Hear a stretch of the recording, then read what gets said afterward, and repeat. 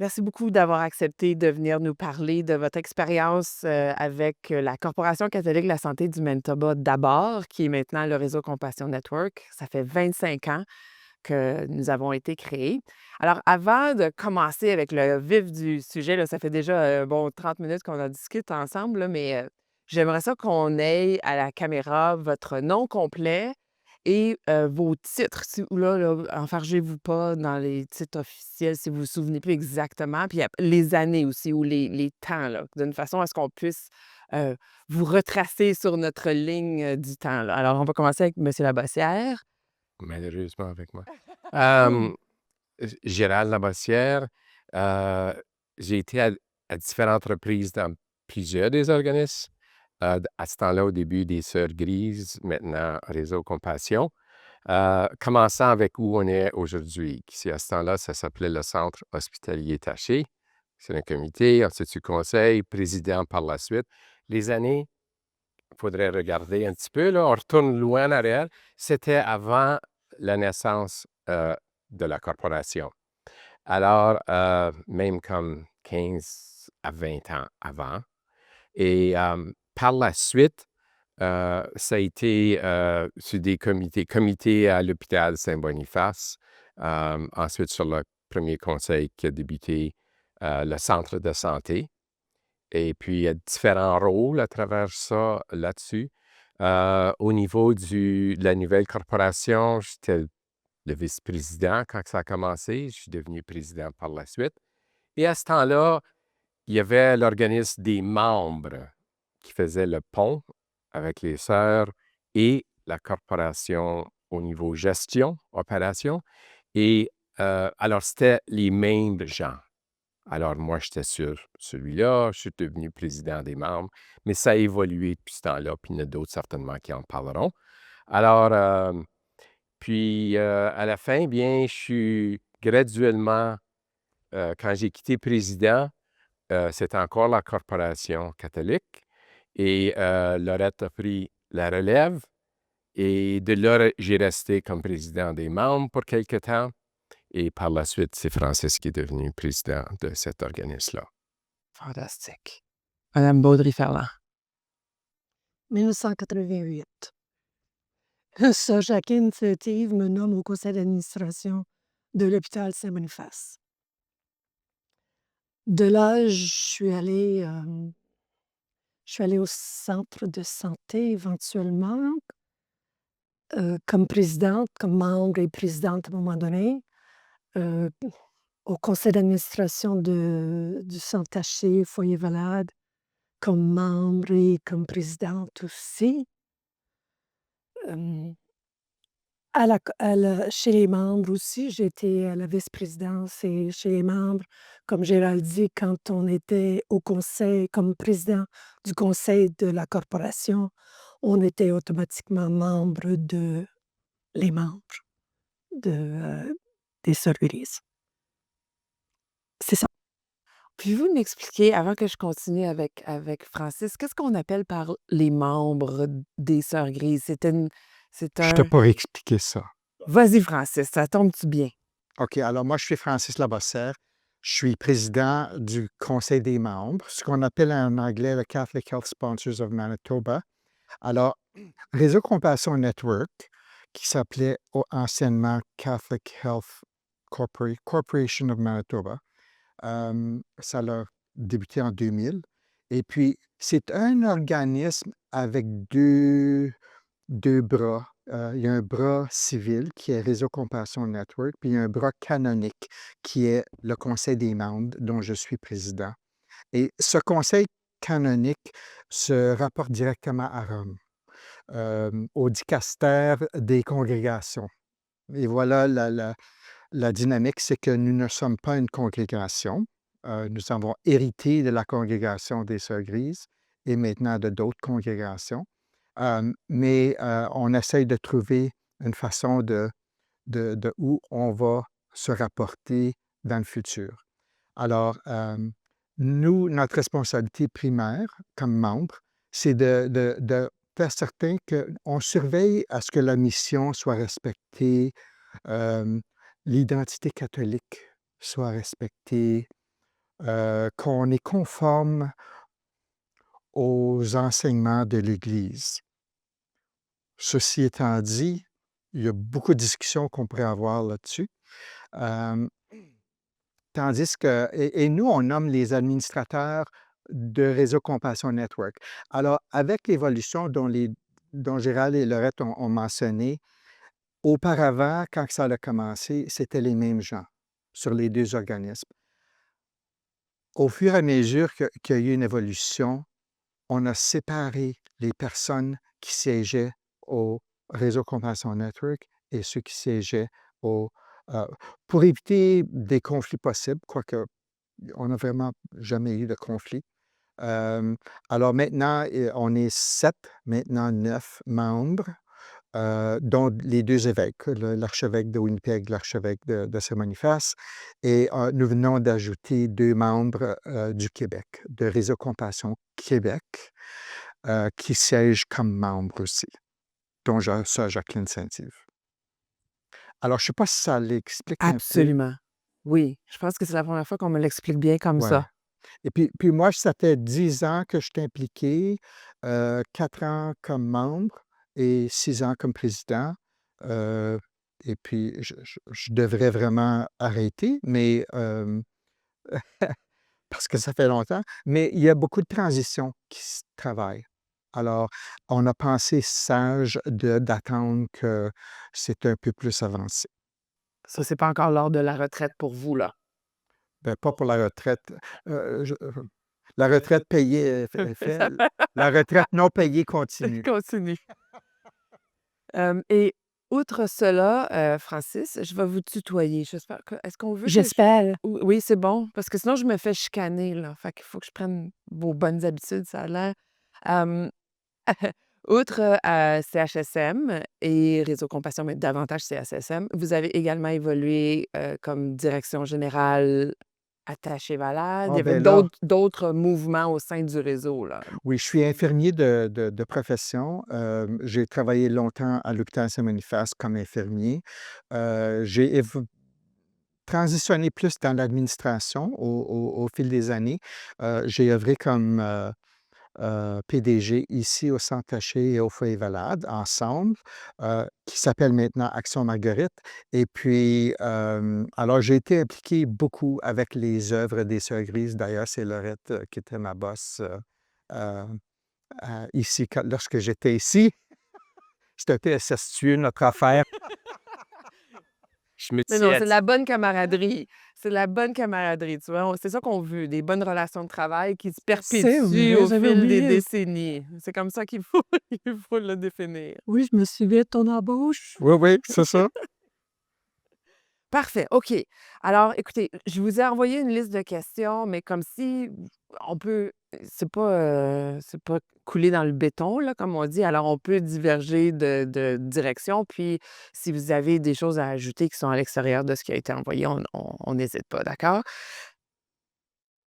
Alors, expliquez-moi, comment était, la structure, il y a 25 ans? Ou comment ça s'est décidé ou ça s'est mis en action, cette idée-là de créer la Corporation catholique de la santé du Manitoba, il y a 25 ans? C'est provenu effectivement des Sœurs Grises, tout ceci. Mais pour commencer, moi, je l'ai vécu à travers le centre hospitalier Taché, simplement parce qu'il y avait un type qui s'appelait Roland Couture, qui était bien connu et qui était le président ici. Alors, il y avait différents volets. Il voulait, pardon, il dit, on a besoin de plus de gens bons en finance. Ah, puis il faut un francophone. Alors, boum, c'était pas compliqué, il n'y en avait pas beaucoup. Ils m'ont approché, j'ai dit oui. Mais pour commencer, j'ai été sur un comité, parce que c'est de même que les sœurs faisaient ça. Ça fait qu'ici, attaché spécifiquement, c'était toujours à travers des comités. Puis avec ça, l'idée de voir bien c'est qui les gens qu'on veut emporter sur le conseil. Le conseil de s'entacher. Oui. Alors, j'ai commencé sur le comité de finances. Puis par la suite, Le il y a eu des conseil de la ouvertures. corporation. La discussion Du sur centre Taché, le d'accord. côté francophone a commencé à se faire. Et M. Couture, moi, puis ensuite d'autres sur le conseil, c'était bien, comment est-ce qu'on progresse à peut-être devenir bilingue? Alors, Lorette pourra en ajouter d'autres, ou Francis, ou qui que ce soit, mais beaucoup l'origine, puis si on regarde les gens impliqués, puis plus tard, il y a eu des gens comme Richard Chartier et autres qui ont avancé le volet de francophone. Comme gens impliqués dans la communauté, comme les trois l'étaient, il y en avait un paquet d'autres, il y a eu différents secteurs où ça a été fait priorité. Tu sais, l'éducation, ça a toujours été priorité, toujours. Il y avait Dieu, puis il y avait l'éducation. Et puis des fois, l'éducation avant le bon Dieu, là, mais en tout cas, dans ce cas ici, au niveau de santé, il n'y avait pas tant que ça. Il y a des choses qui se faisaient au niveau économique. Début des 80, il y avait une crise, etc. Alors, il y a un paquet de gens qui sont impliqués comme francophones. La même chose est arrivée avec le domaine de santé. Puis il y en a d'autres, Lorette l'a fait de différentes façons, Francis avec son vécu. Et là, à travers Taché, c'est qu'on recrutait les gens. Alors, on commençait à avoir une masse critique un peu de gens bilingues impliqués avec le centre Taché. Et là, on a vu comment, dans ce cas ici, c'était une sœur en charge encore. Il n'avait pas beaucoup de sœurs en charge. Il y en avait une à Sarah-Riel, il y en avait une ici. On savait qu'il y en avait une voyons, à Saint-Amand. Merci beaucoup. Et puis, alors là, Sarah Riel. oui, L'hôpital. non, ben oui, mais c'était Ouais, ça c'était faisait plus, longtemps. Ça ça faisait faisait longtemps qu'ils longtemps n'étaient qu'il n'y plus. avait pas. Alors là, moi, par exemple, j'ai réalisé que la gestion du centre avait du leadership incroyable à travers cette sœur-là. Oh, wow! Ça m'a ouvert les yeux. Je travaillais pour une firme de comptable. On avait des gros clients. Puis je disais à d'autres, je dis, bon, j'aimerais ça l'avoir chez un de nos clients. Parce que c'était pas juste un petit organisme à but non lucratif, c'était un organisme à travers des discussions avec Roland Couture, avec elle, où ils ont été leaders. Et ils ont été leaders dans le domaine de soins à longue durée et tout le restant. Et c'est pour ça que où on est aujourd'hui, c'est ces gens-là, Laurent Desjardins, autre chose, ils ont été impliqués dans tout ça.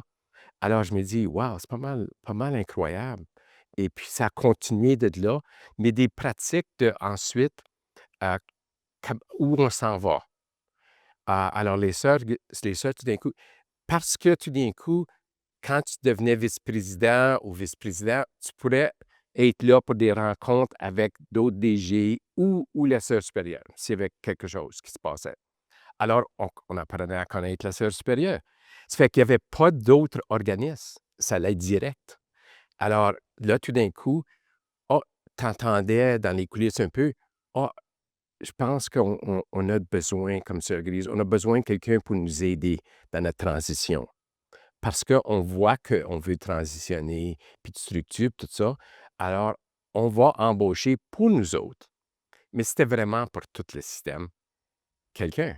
Alors là, tout d'un coup, je me réveille je m'ai fait demander avec de deux autres organismes, à être sur un comité de sélection. C'est là qu'on a été rechercher Raymond Lafont. Il est venu. Raymond a, a commencé avec l'organisme de Sœurs Grises et par la suite, il a suivi la vision des sœurs de comment faire acheminer ça. Mais les sœurs, tant qu'à moi, quand on est arrivé à la forme, quand c'est arrivé, c'était comme, ben ça s'est pas fait comme on va se rencontrer à des rencontres, puis on va tout. C'est arrivé un pas à la fois. L'amalgamation entre Foyer Valade puis ici, c'était toujours, bien, on va prendre ça un pas à la fois. Peut-être que quelques membres de Foyer Valade pourraient venir siéger ici. On pourrait en avoir là-bas.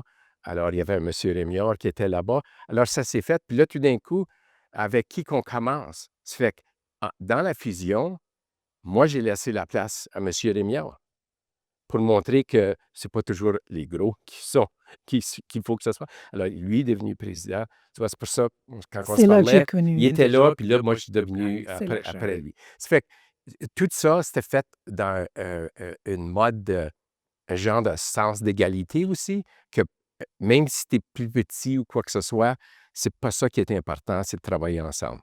Mais ce qui est oui, mais la raison primaire qu'il y a eu un conseil d'administration de laïcs, c'est que le nombre des religieuses elles-mêmes était en décroissance. il y en avait de moins en moins et avec je ne me souviens pas, là, c'est quoi, 13 différents services en place, les sœurs ne pouvaient pas se multiplier, là. Il y en avait de moins en moins. Puis les religieuses, les sœurs grises en particulier, ont toujours su aller chercher l'expertise des laïcs. Même avant qu'on commence à considérer la corporation, sur tous les conseils d'administration, les sœurs grises étaient présentes, mais ils avaient des laïcs, puis ils allaient chercher les plus compétents qu'ils pouvaient aller chercher dans la communauté francophone ou anglophone. Alors, il y avait toute cette dimension-là qui était en jeu. Il n'y avait plus les nombres, il fallait aller chercher les laïcs. Comment on va structurer ça pour s'assurer de continuer notre mission et notre vision? Et c'est là que les structures ont commencé de tomber en place. Mais c'était vraiment la vision des Sœurs Grises à dire comment on perpétue nos œuvres, comment on perpétue notre mission. Alors, j'étais ici lorsque cette transition a eu lieu et puis je me souviens quand que j'ai commencé ici en 97, ça commençait juste, l'idée que les PDG des 13 services se rencontraient régulièrement pour voir c'est quoi les occasions de partenariat, de collaboration. Alors, c'était quand même assez nouveau. Il y en a qui jouaient leur carte très près d'eux autres. Et puis, c'est à ce temps-là que les Sœurs Grises avaient toute cette réflexion de, ben, on n'a plus beaucoup de sœurs, il va falloir qu'on regarde. Elles sont très avant-gardistes. Alors, je me souviens que Sœur Germaine Etu, qui était la supérieure provinciale, a rencontré avec chaque PDG et avec chaque président, vice-président des services, des communautés de services qu'on appelle maintenant, pour voir ce qu'on pensait de. Il regardait de faire une transition assez majeure, puis ça se travaillait, puis qu'est-ce qu'on en pensait, puis tout ça. Et puis moi, je me souviens être très excité de voir que, hey, ça va renforcer tout cet aspect de collaboration entre les communautés de services. Alors, j'étais très content d'entendre ce que j'entendais. Et puis c'est là qu'en l'an 1999, ils ont révélé toute la question de la structure qu'ils étaient parce qu'il fallait ça concorde avec ce que Rome accepterait aussi. Et puis, c'est pour ça qu'ils ont construit tout cet organisme de cette façon-là. Parce que ça a pris plusieurs années pour que les gens viennent à comprendre, il y en a qui ne comprennent pas encore aujourd'hui, l'idée pourquoi 2 organismes? Et puis ça l'a pris même ceux qui étaient dans l'organisme, ils ne comprenaient pas nécessairement pourquoi qu'on a 2 organismes. On a fondé laquelle en premier? CHSM ou En même temps. CCFM? CCSM. C'était en même temps. En Comme même j'avais temps. dit au Un début. allait avec l'autre. Oui, Parce que la corporation catholique était laïque, alors il nous fallait le lien. il y a l'expression canonique et l'expression civile. Il fallait que les 2 soient là. Alors, il y a eu un travail assez important pour, j'imagine, de va-et-vient entre les congrégations religieuses, les Sœurs Grises, le Vatican, les Absolument. laïcs, pour essayer de comprendre quelle serait la meilleure façon de procéder, la meilleure structure pour assurer la pérennité de leurs œuvres ici au Manitoba, principalement au Oui, Manitoba, là. et le Vatican, il y a eu plusieurs voyages, Raymond Lafon, Sœur Étu, etc. Le Vatican, ça a pris du temps pour qu'ils acceptent cette structure, mais ils n'ont pas accepté à 100. Ils ont dit: «Les Sœurs Grises, vous devez garder, des pouvoirs réservés, il y en a 3 vraiment, demandez-moi pas j'en connais 2, mais je ne connais pas le troisième. Et puis alors, c'est encore les Sœurs Grises qui officiellement nomment la corporation des membres. Et puis, hem, c'est plutôt une des seules choses qu'ils continuent de faire. Ils ont toute la confiance avec nous, les laïcs, mais le Vatican, il va pas vite. Alors, Le Vatican a moins de confiance dans les Il y a laïcs. ouais, ouais. il y a oui. Il y aurait toute une autre discussion sur ce volet-là. Ah, clairement. Parce qu'il y a cheminé, puis le cheminement, puis Mais c'est pas pour aujourd'hui, par c'est exemple. ça, exactement. Non, j'ai juste ajouté un peu, continué à ajouter un peu sur le côté leadership des choses. Et puis, Lorette a fait un super bon point en termes de pourquoi vraiment que les sœurs faisaient ça. Mais c'est les gens qui étaient impliqués. C'était comme un Art Morrow qui était président de l'hôpital. Un Art Morrow qui était sur. J'ai siégé avec Art Morrow, j'étais tout jeune, puis c'était comme, oh wow, j'étais avec Art Morrow sur une fondation. Les sœurs avaient des fondations pour le Manitoba. Alors, toutes sortes de gens comme ça qui sont venus. Aussi, petite histoire qui est très réelle, que j'ai appris par la suite des Juifs, mais il y a eu une situation avec, par exemple, le secteur des Juifs à Winnipeg où, au niveau de médecins, pas acceptés à l'hôpital général. Mais ça, c'était dans le début Oui, de mais quand les mais sœurs ça Grises sont continuait avec arrivées, les sœurs. absolument. C'est juste pour Oui. donner un sens de les sœurs n'avaient pas peur d'avancer avec leurs croyances. Puis leur croyance, c'était qui que ce soit qui a des besoins médicaux et autres à ce niveau-là, c'est de suivre un Dieu d'amour. Un Ils point, ont c'est tout. ils ont forgé l'idée d'être une Église plus accueillante, qu'on essaie encore aujourd'hui d'éliminer les jugements qui existent et puis c'est ça la transition qui se fait. Ouais. Alors, ce dont vous parliez, c'est que l'hôpital général de Saint-Boniface a été le premier hôpital à Excuse accueillir pour finir. Oui, des ils ont médecins dit oui. juifs. Alors, Alors, les sœurs ont dit oui parce que ce qui est important pour elles, à ce moment-là, c'est d'accueillir tout le monde dans le besoin. On ouvre nos portes.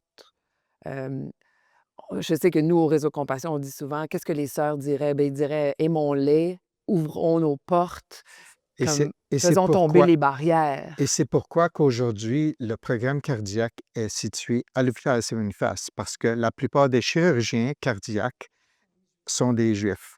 Et puis, je me souviens, j'ai travaillé avec docteur Cohen et ces gens-là. Et puis, le docteur Cohen, qui est juif jusqu'aux orteils, avait tellement un respect pour les sœurs grises.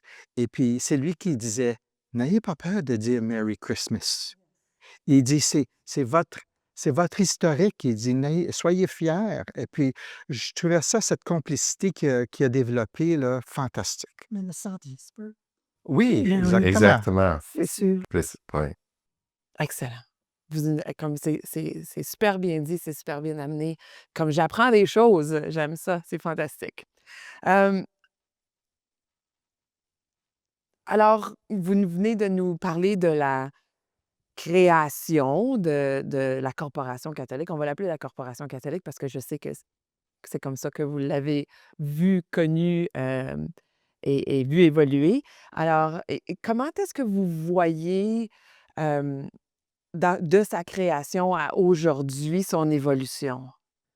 Mais je pense qu'au début, le rôle, comme tu disais, Francis, le rôle au début, c'était beaucoup plus un de coordination, de connaître, de travailler ensemble, d'amener les différents services à travailler ensemble. Alors, il y avait beaucoup, beaucoup d'énergie dépensée à regrouper les DG, à regrouper les conseils, à regrouper les, les intervenants à tous les niveaux.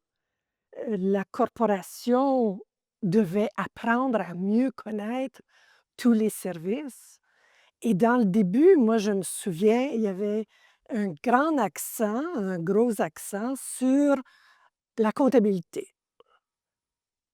Je sais que la comptabilité est essentielle, puis je comprends tout ça, mais c'est loin d'être ma priorité.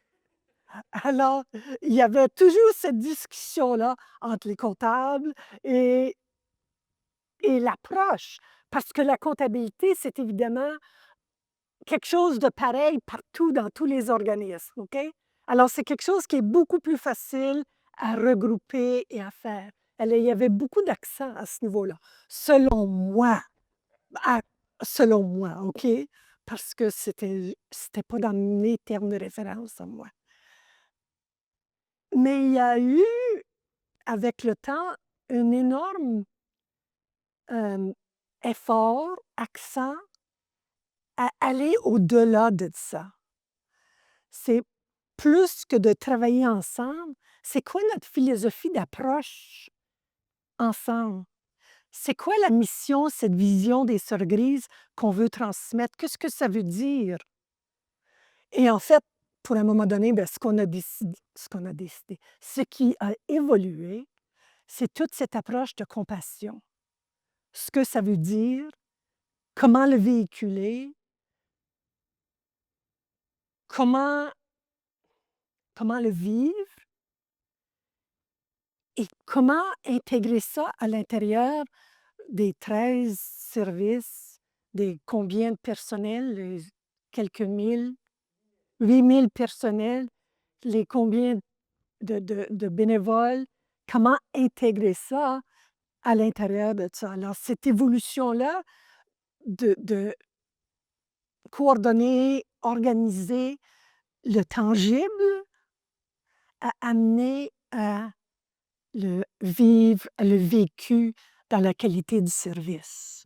C'est super, intéressant ce que vous dites parce que évidemment au départ, il y avait cette, obligation-là d'assurer la pérennité financière, s'assurer que les organisations, puissent, bien vivre, survivre, bien vivre financièrement et tout l'aspect de la gouvernance. Alors, au départ, c'était réellement ça. C'était le mandat de la corporation, c'était d'assurer une bonne gouvernance des organisations membres qui incluait toutes les finances.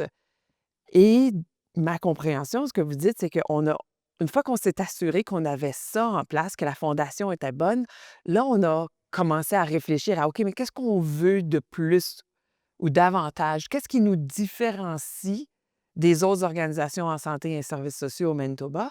Et c'est ce savoir-être, cet esprit, ces enseignements catholiques-là, c'est la compassion, etc. Et donc, vous l'avez vécu, ça? Vous l'avez vraiment ressenti que c'était différent au sein du réseau Compassion Network?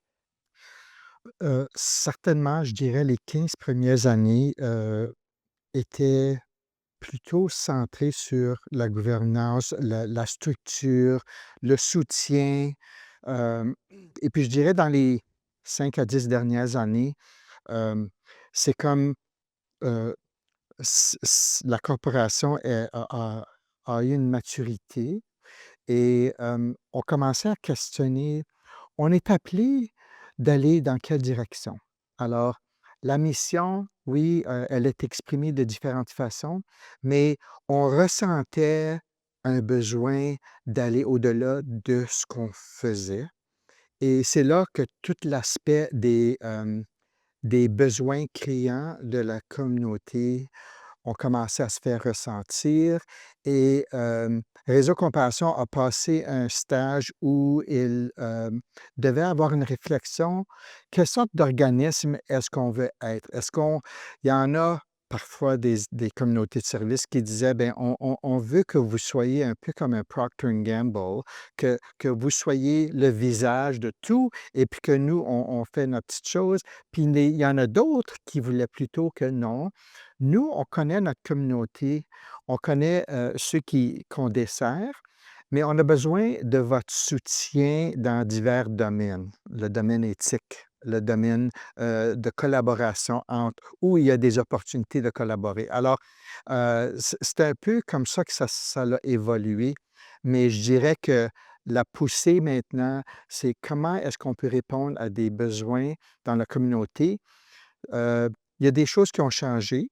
Alors, ce n'est plus nécessairement les soins aigus, qui dominent dans le domaine de la santé, c'est plutôt, santé mentale, heu pauvreté. Alors, tout l'aspect de pauvreté complexe, c'est un concept que Réseau Compassion, en ce moment, travaille très fort dessus.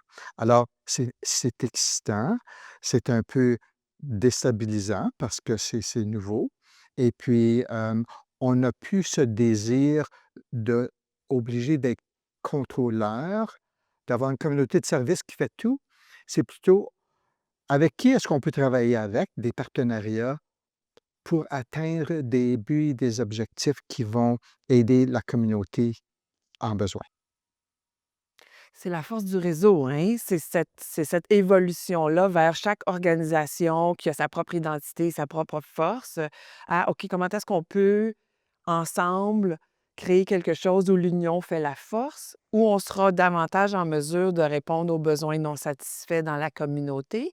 Mais je suis d'accord, il a fallu ouvrir notre vision, élargir un petit peu la vision de ce qu'est les soins compassionnels ou de ce qu'est, la Corporation catholique et ses organisations membres et c'est quoi leur place dans la communauté, hein? Pensez-vous que les sœurs qui étaient là il y a 25 ans seraient heureuses et touchées de voir où on est rendu aujourd'hui? Elles, bon, d'où elles doivent être fières de leur décision de créer ou de permettre de se créer cette corporation-là et de voir où c'est rendu, où c'est sûr qu'ils doivent être fiers. J'ai eu l'occasion d'aller, présenter aux sœurs leur chapitre à tous les 5 ans avec Daniel Lucier, sur les changements qui qu'on est en train de vivre et puis, il y a des sœurs là qui étaient présentes, qui étaient là avant même la le changement de structure et puis le feedback que nous avons reçu était tellement positif. Hem, ils sont tellement heureuses de voir qu'on a pris le flambeau et on va dans la direction qu'on est appelé d'aller. Alors c'est vraiment satisfaisant. Juste, c'est bien si on peut presque finir là. Ça fait que Ah, quel j'ai autre pas fini, moi j'ai plein non, d'autres non, quel questions. quel autre volet qui sont insérés à travers les années pour en arriver à ce que Francis vient de décrire? Il y en avait d'autres. Alors quand Lorette a parlé de comptabilité, pour moi, il y avait un autre volet. Le volet, c'est la province. La province. Parce que la province qui est en contrôle réellement, souvent, de tout. Alors, cette question-là et la question de, surtout avec l'hôpital, à travers des années, des crises. Des crises parce que, le gouvernement, tout d'un coup, on veut que les hôpitaux viennent ensemble et on dit ils vont travailler ensemble, tout ça. Mais est-ce que vraiment, là, on perdait contrôle? Ou est-ce qu'on va rester impliqué? Ça fait que ça a varié, mais il y en a eu au moins 3. Puis la dernière, c'était comme sur les sidelines, mais c'était vraiment réel et difficile. Et vraiment difficile de passer à travers ce tout de là. Là où Francis a décrit, on ne se voit pas nécessairement comme contre nécessaire d'être contrôlant. C'est un gros volet. La première dame qui est venue parler de ça, c'était une sœur de Terre-Neuve, où eux ont fait ça comme en, je sais pas moi, 2010 ou 2009, je sais pas quelle année que c'était. Ils avaient un hôpital et la sœur est venue nous expliquer que ce qu'ils ont oui, elle est maintenant c'est elle qui est impliquée, c'est ça, sœur Élisabeth. Elle est venue nous dire qu'on a négocié avec le gouvernement de rester contrôlante, soi-disant, impliquée quand ça va faire avec le dossier de éthique, le côté Aide de médicale à mourir. exactement, et le côté spirituel des choses et tout ce volet-là. Et que, oui, le gouvernement pouvait prendre le contrôle des autres choses. Alors, ça a suscité beaucoup de discussions par après et ça a continué avec le temps. Euh, Ça fait que quand ça venait à la finance, je veux juste dire que le gouvernement, ils ont eu d'autres crises. Au début des 80, ça va faire avec les caisses populaires, puis les credit unions, puis ça s'est passé partout dans le monde qu'il y a eu toutes sortes de choses qui sont arrivées au niveau financier. Alors là, tout d'un coup, il y avait comme un autre volet là, de «Oh, qu'est-ce qu'on fait? Il faut regarder à ça». Alors oui, ça a eu un impact au niveau de focus. Mais c'était juste ce temps-là où OK, il fallait faire des choses. Je voulais juste aussi apporter le côté d'évolution de l'accent sur la compassion. Comment l'accent ça a toujours été là, à travers, Tu sais, tu pouvais aller à l'hôpital, tu pouvais aller à différentes places, tu le voyais. Tu le voyais en action. Mais comment ça se reflétait dans nos messages, nos discussions de conseils, etc. Et aussi un autre volet que je vais introduire, que je vais dire, je ne vais pas aller trop loin avec, parce que personnellement, c'était partie de moi, c'était la santé elle-même, le côté médical, le côté d'évolution au niveau de la guérison et le focus sur la guérison. Alors, quand on a eu le mandat en 2000 de la mission, c'était une ligne. C'était de croître la mission de la guérison de Jésus-Christ. Un point, c'est tout. Alors, ça veut dire quoi, ça, guérison? Et avec le temps, alors, à un certain stage, quand Raymond Lafont était encore là, il y avait un voyage de fête. Il y en a eu 2 voyages de fête à Minneapolis. Ils avaient un centre de guérison et de guérison et, spirituality and healing. Spirituel et guérison. Alors, eux ont fait le pont avec ce qui se passait au niveau de... Avec le temps, ça a été médecine intégrée, ça a été différent, non. Mais où ça va et ça continue aujourd'hui, ça s'est fait, la discussion s'est faite dans le centre de santé, dans les premiers temps d'une vision de quoi? Ça veut dire quoi, ça, réellement, tout ça? Comment qu'on voit l'édifice ou toutes sortes de services, même juste au-delà de mettre les gens déjà là, ensemble. Des naturopathes, ces genres de choses-là, ça se discutait pas trop souvent. Acupuncture, on voit là-bas, qu'est-ce qu'ils ont fait? Comment ils sont pris? On fait de la recherche, on démontre, on le met dans une nouvelle hôpital. Alors, il y a eu des médecins qui sont venus. Ça s'est fait beaucoup à travers le centre de santé, puis Micheline Saint-Hilaire. Et puis Micheline, ça a continué. Quand elle a été embauchée, bien, ils ont regardé à où on va. Et ils ont dit, bien, on veut mettre l'accent sur la compassion. Il y a eu des ententes faites avec Stanford. Il y a eu une évolution tout d'un coup avec, il y avait des villes qui commençaient à devenir villes de compassion. Ah, on va aller à Louisville. On va connecter ça avec un voyage où il y avait le moine Thomas Merton à Gethsemane. Ça fait qu'il y avait des dimensions spirituelles, il y avait des dimensions de où va la guérison, la médecine plus large dans tout ça. Ça fait que je dirais que parmi notre communauté de gens qu'on connaît, y inclut nous autres, on restait connectés avec tout ça parce qu'il y avait toutes sortes de gens qui continuaient à évoluer et ça a fait une partie intégrale, tant qu'à moi, de où on est rendu et où ça continue. Je vais juste citer le pape. Je peux-tu citer le pape? Puis, le pape a toujours été notre pape François, tant qu'à moi. Il était là en termes de vraiment être enligné avec où on voulait aller généralement, avec, tu sais, puis de où c'est rendu maintenant. Alors, c'est comme un ancre. Par contre, il y a toutes sortes de difficultés, comme bien d'autres corporations, non, à évoluer.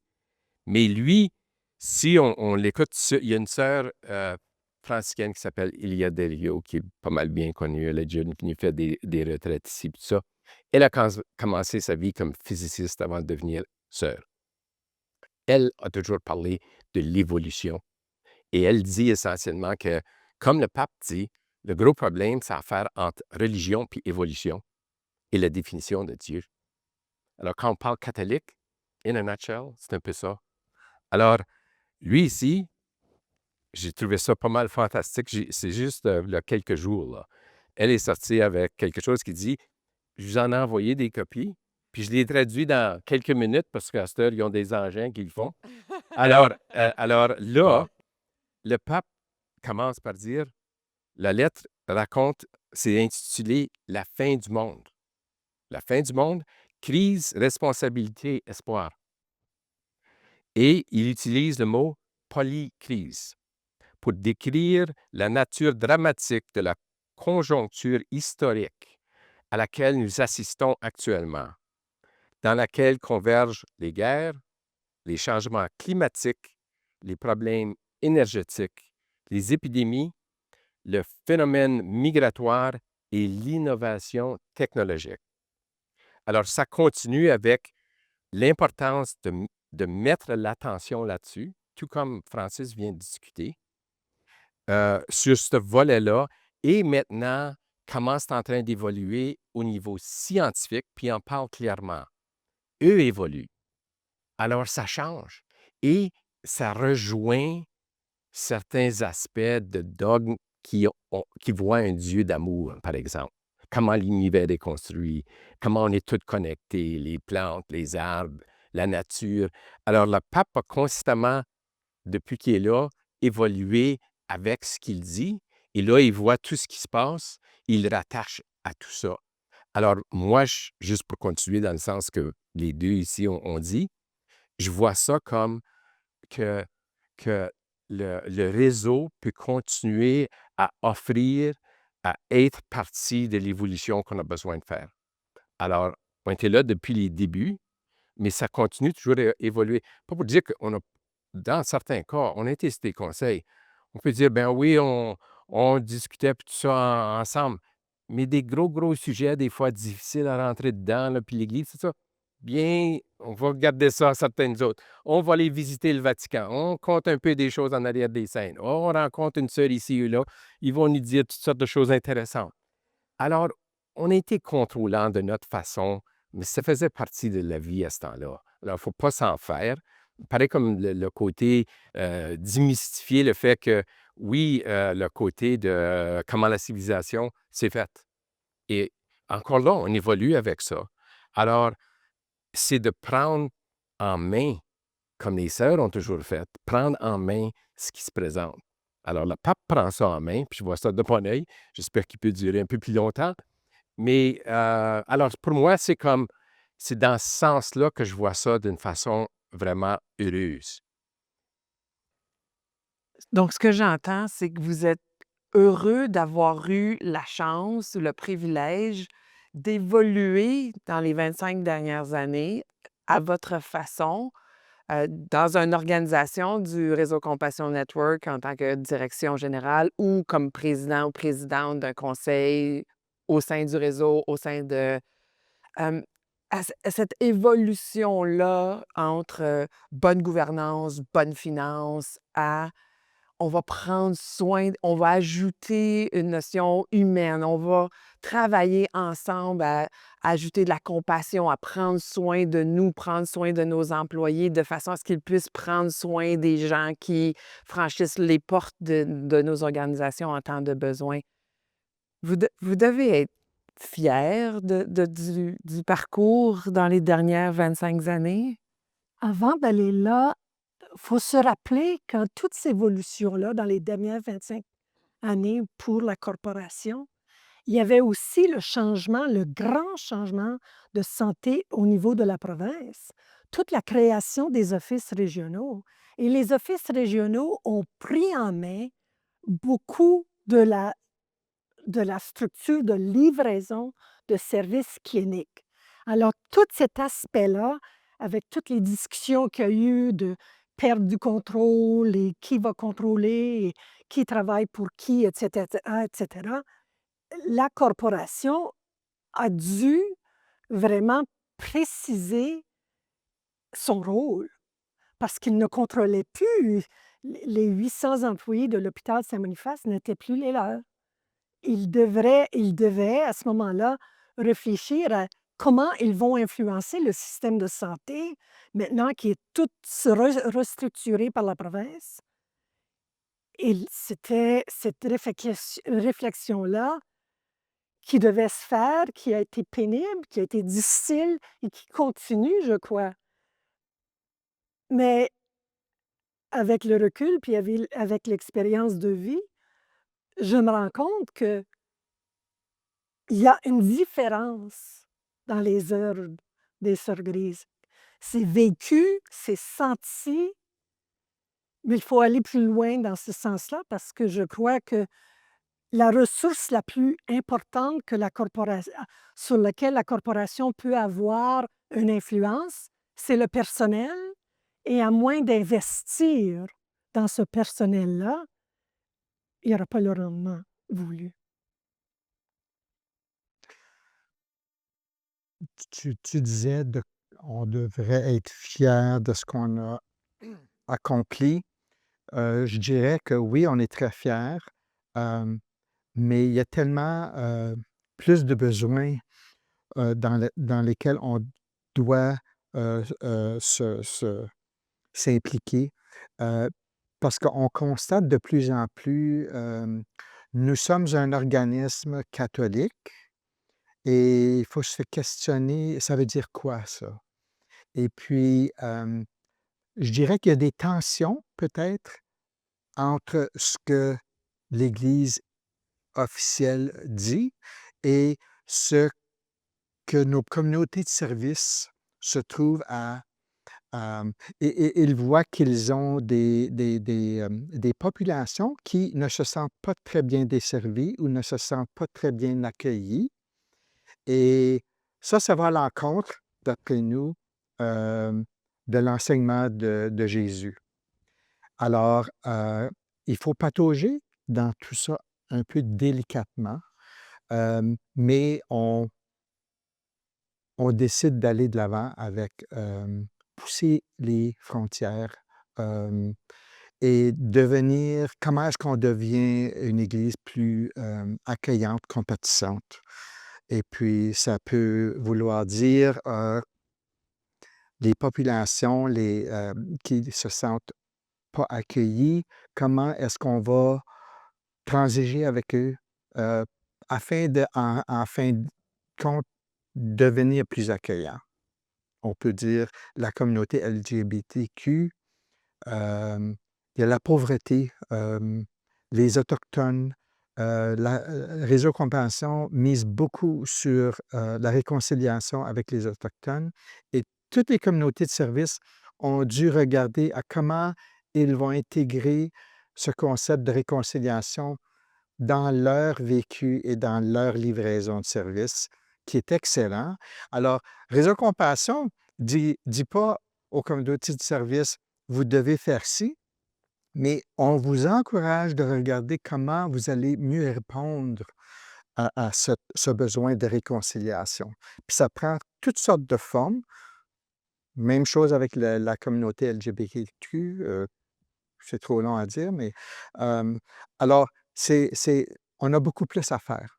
Et puis, c'est intéressant au Conseil des membres d'avoir 2 évêques, 2 archevêques qui sont là, où parfois on a des discussions qui sont vraiment intéressantes.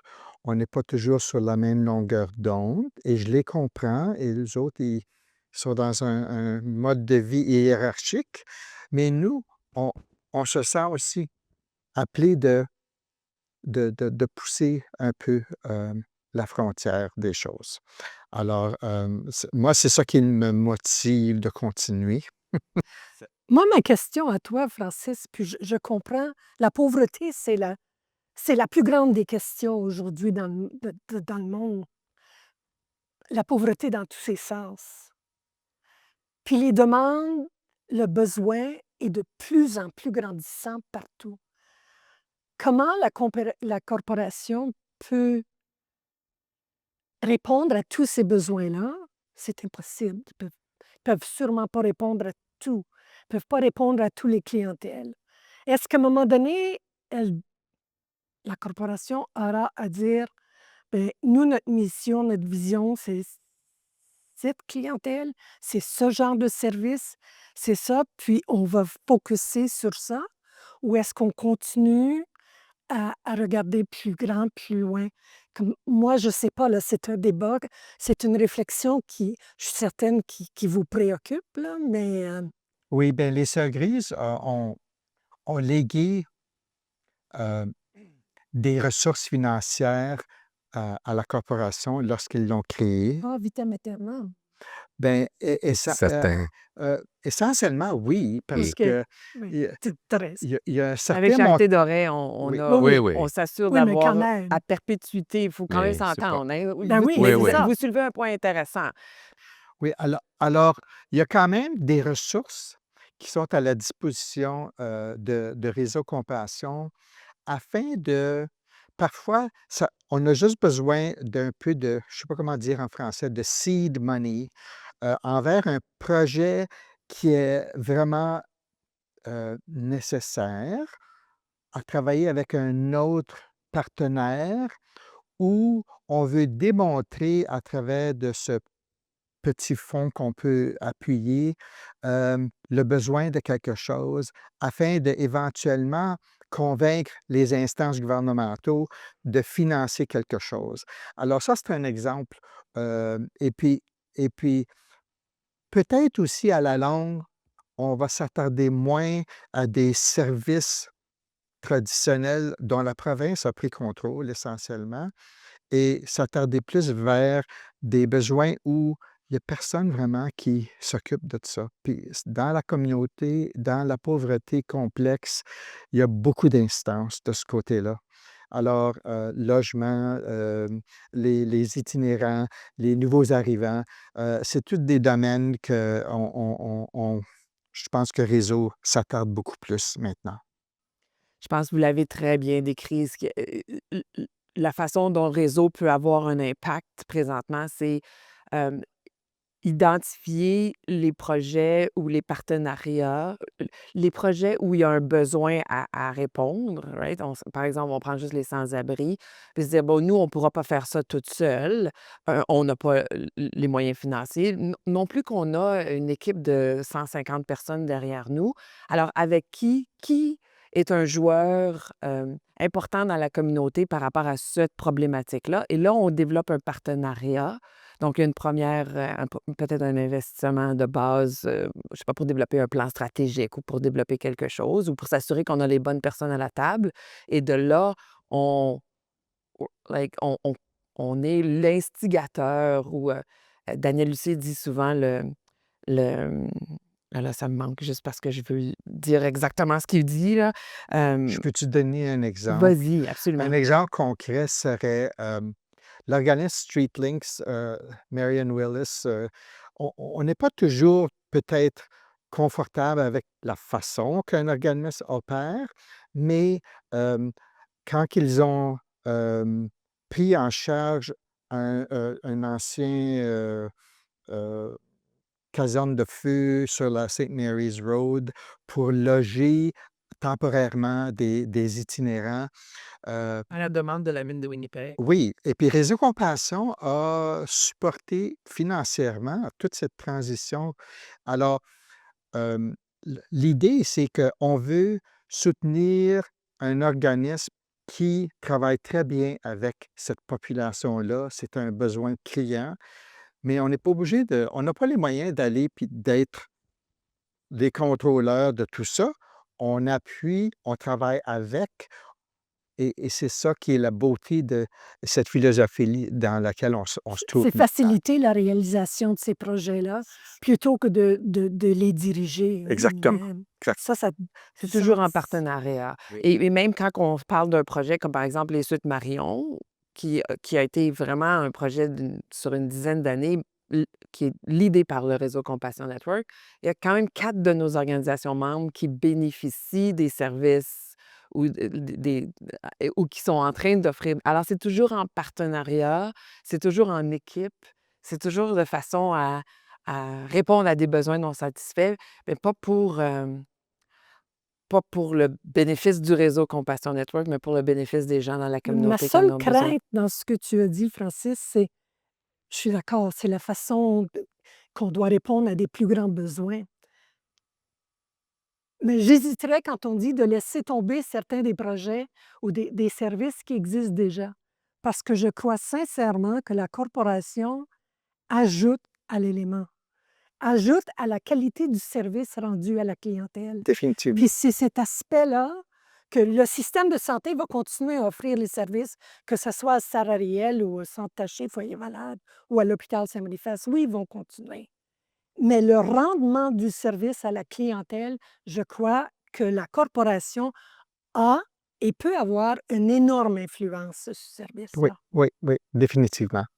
Et ça, je trouverais triste de laisser tomber cet Je pense aspect-là. pas qu'on a l'intention de laisser tomber. Je pense qu'au contraire, on investit de plus D'accord. en plus là où on peut, parce qu'on n'a pas, on ne dirige pas ces organisations-là. Mais on a M- toujours discuté de se retirer. Est-ce qu'on doit encore être impliqué dans l'hôpital les Saint-Boniface? Est-ce d'accord. qu'on doit être encore impliqué dans des foyers de longue durée? Est-ce qu'on doit s'occuper de Saint-Amand ou de Sarah-Riel? Parce qu'il y a d'autres, ces organismes-là sont en place. Mais l'influence de la corporation et de sa philosophie d'approche, c'est ça qui influence le rendement au personnel et à la clientèle. J'aime entendre que vous voyez une valeur ajoutée. Absolument. Puis là, on l'a discuté, cette valeur ajoutée-là, à mille et maintes reprises. Moi, juste ajouter, mais je vais juste me prendre un peu d'une différente façon vis-à-vis comme futur. Il était un temps que la notion de genre boîte puis structure, puis même qu'est-ce qu'on fait à l'intérieur, c'est comme primordial pour moi. Et je ne le vois plus du tout de même.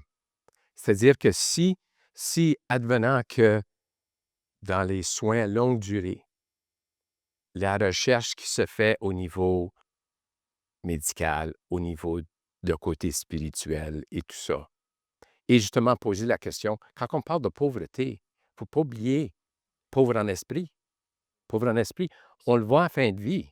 On le voit en fin de vie. Puis pas juste de gens qu'on dirait, bien, ils n'ont pas eu ils n'ont pas une bonne santé. Non. C'est comme ce volet-là, avec les soins palliatifs, on voit l'impact et l'effet de tout le restant. Tout vient ensemble. Alors, dans ce contexte-là, ça veut dire quoi? Ça veut dire continuer à apporter ce qu'il y a de besoin et ce qu'on peut apporter. Puis, dans certains cas, ça va continuer à évoluer. Alors, si on dirait que il n'y a plus d'Alzheimer's dans 20 ans, il n'y a plus de ci, il n'y a plus de ça, mais pas nécessairement à cause ça va être la recherche, puis on va implanter quelque chose dans mon crâne. L'impact de la connexion qu'on a comme personne à l'univers, ça que le pape est en train de parler là. Puis ça se fait d'une différente façon qu'on pense. Bien, on l'a vécu. On le vit quand on travaille avec des gens. On parle de synchronicité, on parle de choses qui arrivent. Ça vient d'où, ça? On est en train d'expliquer comment ce volet-là, énergétique, amour, spirituel, fonctionne. On commence à comprendre comment la musique impacte. Puis moi, je me souviens d'une sœur qui faisait ce travail-là, il y a 30 ans, qui travaillait avec le son, puis les oreilles. Puis le travail était tellement en avant de personne d'autre. Puis ça se continuait. J'avais rencontré, en 2011, j'ai rencontré une dame des États-Unis, Paradon, à un think tank que j'ai été invité par je ne sais pas trop quoi. Puis elle s'est assise à côté de moi. Elle était la première femme aux États-Unis qui s'est présentée pour être vice-présidente. Son nom, c'est Barbara Marx Hubbard. Elle me contait son histoire. C'était une juive, puis elle vivait avec une sœur. Puis elle m'a dit, je crois sincèrement que le niveau de conscience, parce qu'elle elle a écrit des livres sur la conscience, puis tout ça, que le niveau de conscience le plus élevé au monde, c'est les sœurs.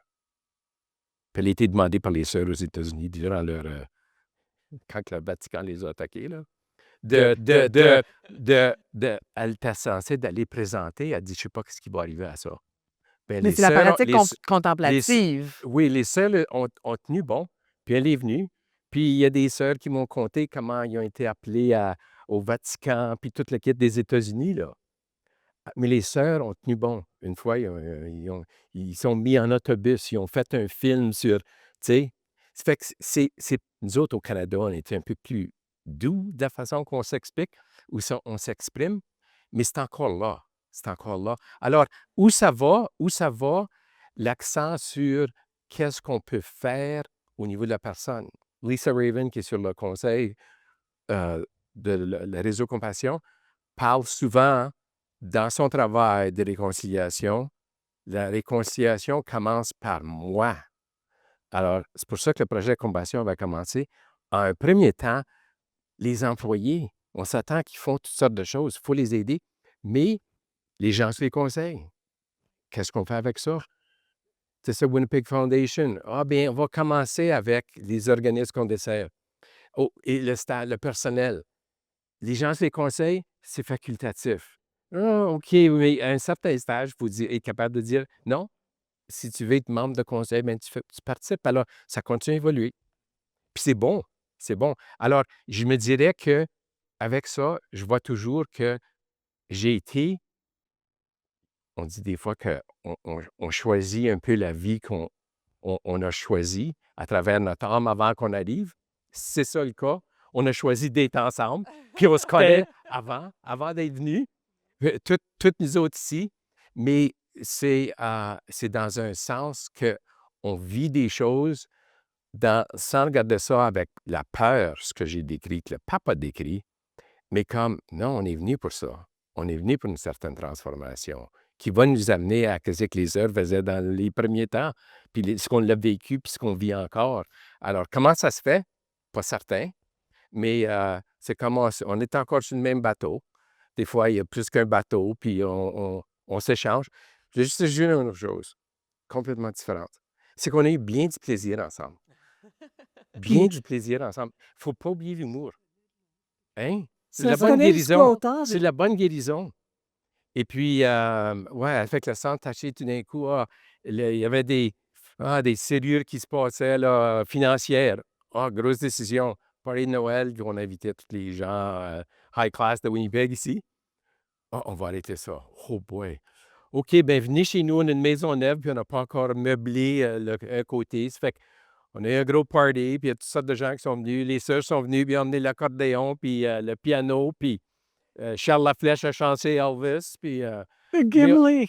puis Gimli, puis ça fait qu'il y a eu ce côté-là aussi qu'il ne faut pas oublier. Mais vous Il êtes faut avoir créé du une plaisir. Il faut avoir communauté du plaisir à mesure qu'on avance à avec ça aussi. l'intérieur de Absolument. la corporation, Oui, oui. ouais, des Absolument. relations de travail, des amitiés qui se sont développées avec les sœurs, mais je veux dire, tout ça, c'est unificateur. La création de la corporation, ce que j'entends, c'est que ça a été unificateur. Ça a fait du bien de travailler pour et avec. Et ce que j'entends aussi, c'est que vous vous vous vous êtes, vous êtes optimiste pour ce qui s'en vient, parce qu'on n'a pas perdu. Au contraire, on a une vision claire des besoins puis de la façon dont on peut soutenir nos employés, nos membres de conseil d'administration et donc, par ricochet, les gens qui sont dans le besoin. Moi, je veux juste ajouter, Gérald, tu en as parlé au tout début. On n'en a pas reparlé à travers, peut-être parce qu'on prend ça pour un acquis. Mais la corporation s'est toujours préoccupée des services en français et de la clientèle franco-manitobaine et de Saint-Boniface en général, parce que c'est ici que les Sœurs Grises se sont installées il y a combien d'années? Et je pense que c'est aussi important aujourd'hui que ça l'était dans le temps. Et il ne faut pas l'oublier, pas parce qu'on n'en a pas discuté là, à fond dans nos présentations aujourd'hui, mais moi, je le vois comme un acquis dans la corporation et j'espère que la corporation le perçoit encore comme une Ah, vision et une je peux mission de l'avenir. je peux vous dire que Dahlia Lucier et Stéphane Dorje étaient au Palais législatif avec la délégation de la Société franco-manitobaine hier pour la Journée de la francophonie.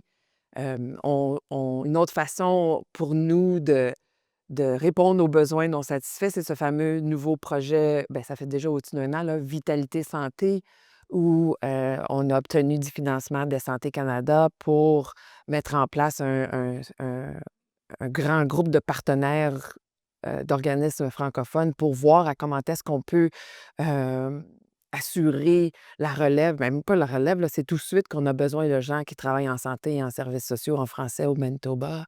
Alors, le projet Vitalité Santé, c'est ça, et c'est Réseau Compassion qui a pris le leadership sur ça. Alors, c'est de cette façon-là qu'on répond aux besoins, qu'on soutient les plus vulnérables, que ce soit en français ou de toutes les façons possibles, spirituellement, émotionnellement, santé mentale, santé bien-être physique. Puis je trouve ça très encourageant qu'il y ait une volonté politique maintenant d'explorer si le Manitoba devrait devenir une province Intéressant, ça. officiellement bilingue. J'aurais jamais pensé ça dans ma vie. Non, suite à 1916, non, je comprends. Alors, c'est vraiment encourageant et puis, le gouvernement, souvent, plus qu'avant, vient consulter et vient cogner à la porte de Réseau Compassion parce que, je pense que Réseau a démontré qu'ils ont beaucoup de succès avec les initiatives, auxquelles ils s'embarquent et puis, ça démontre, une fierté et beaucoup de confiance dans l'organisme. Alors, je pense que le futur brille, mais il y a beaucoup de travail à faire. Moi, si je peux ajouter juste un dernier mot de ce que je suis très fière, c'est le leadership à la corporation.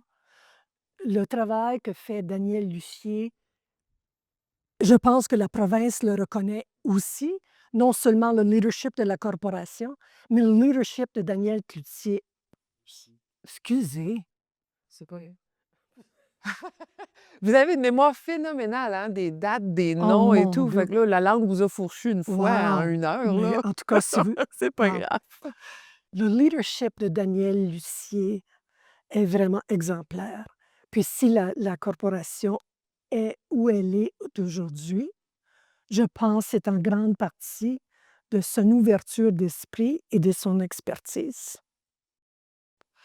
Daniel ouais, Daniel n'est pas là, mais je sais qu'il voudrait dire qu'il a eu des conseils d'administration, hem, forts et solides et qui l'ont toujours, guidé ou appuyé dans cette évolution-là. Ça fait 17 ans, je pense, que Daniel est à la direction générale du Réseau Et Compassion. qu'il a un personnel Les histoires liées à ça, oui. qui l'appuie et qui travaille très fort et qui, Ben, qui croit en la mission, en fait. Qui croit en la absolument, mission. absolument. Qui croit Alors, en la mission.